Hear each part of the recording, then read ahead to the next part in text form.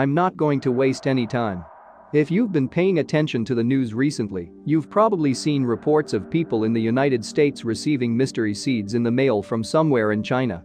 If you've received some of these seeds, burn them right away. Don't ask any questions, just drench them in lighter fluid and set them on fire. I can't stress this enough, or else you might end up like me.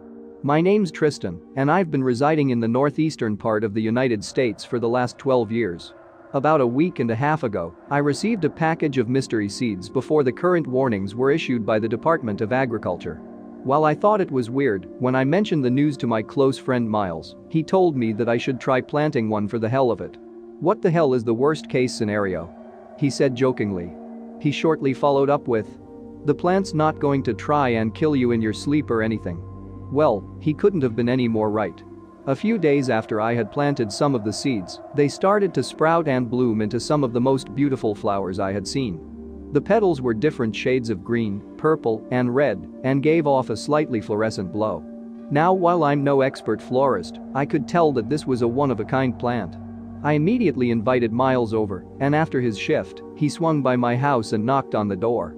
As I opened the door, I was greeted by a skeptical-looking Miles, with a look of irritation across his face. "You better not be wasting my time, man," he said, half jokingly, half serious. However, as soon as he saw the flower, he had nearly an identical reaction to mine.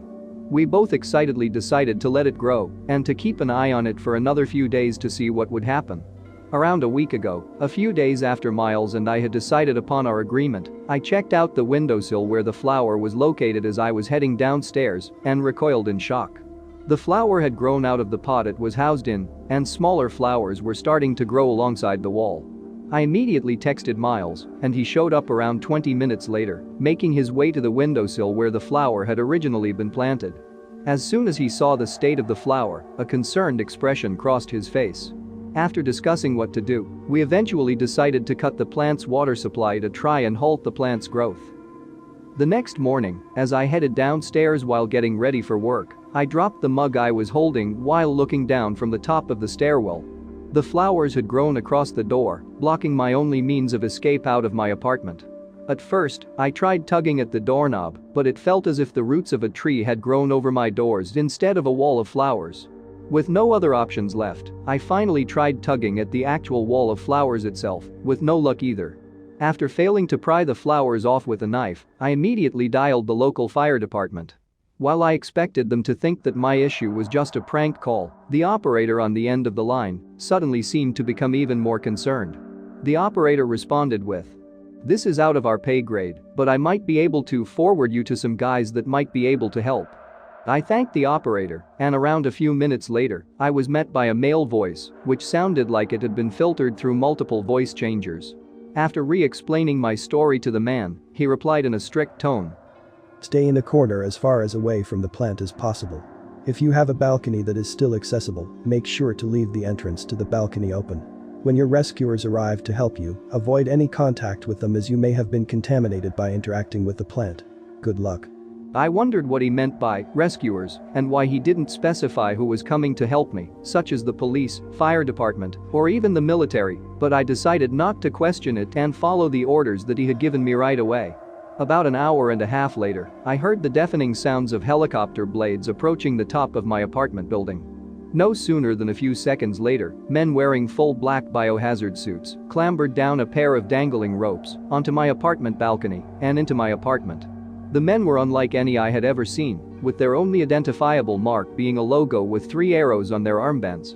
I was ordered by the men to lie on a stretcher and was threatened with force if I refused to comply. One of the men injected me with a sedative, and the world faded to black. I woke up in a holding cell what must have been a few hours later, with windows made out of reinforced bulletproof glass. I was told over an intercom that I would be here for a few weeks in quarantine until they made sure that I was not contaminated in any way. Unfortunately, I don't think that I'll ever leave this place. Around 2 days ago, I noticed a flower on the surface of my hand. I tried to brush it off, and when that didn't work, I tried clawing and scratching at it. The damn thing seems to be made out of steel or something, because it's impossible to get off. As of now, while I'm writing this, the flowers have spread to roughly 50% of my body. I know I don't have much time, and that this thing will probably kill me. Luckily, my captors left me with my cell phone and clothes, as I guess they didn't dare touch me, which is why I'm able to type this up now. My phone's about to die, so let me leave you all with a warning. If you get some mysterious seeds from China, burn them, and don't even think about touching them. How true is this? Does anybody knows? Leave a comment on what are your thoughts. Make sure to like and subscribe to our channel, as there will be more interesting videos ahead.